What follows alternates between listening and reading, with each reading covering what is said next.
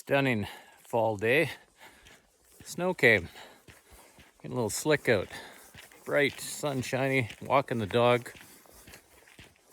just after All Hallows Eve. So in the spirit of that, a family member that dressed as Batman riddle me this.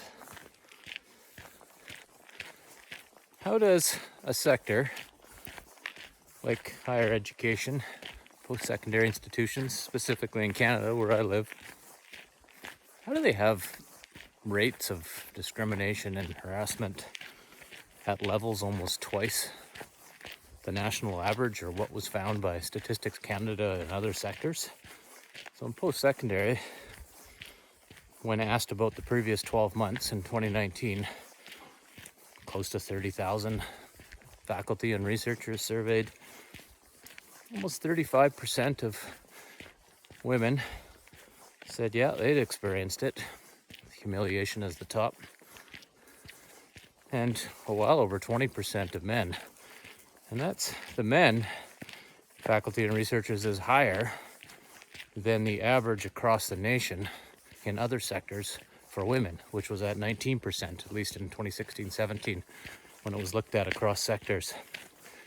This is a sector with some of the most highly credentialed, privileged individuals in society, working with some that are maybe in some of the most vulnerable situations.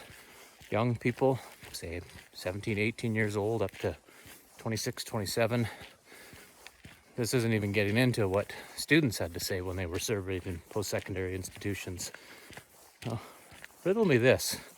How does that happen? How's that possible? And riddle me this.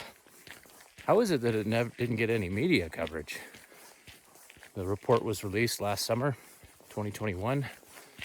Maybe COVID stories took over. Haven't really seen it highlighted in any of the sort of main higher education bodies that release reports and do analysis.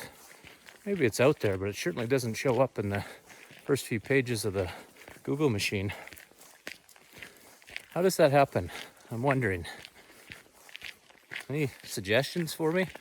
Leave me a comment or send me a message. I'm pondering out on a pretty spectacular fall day.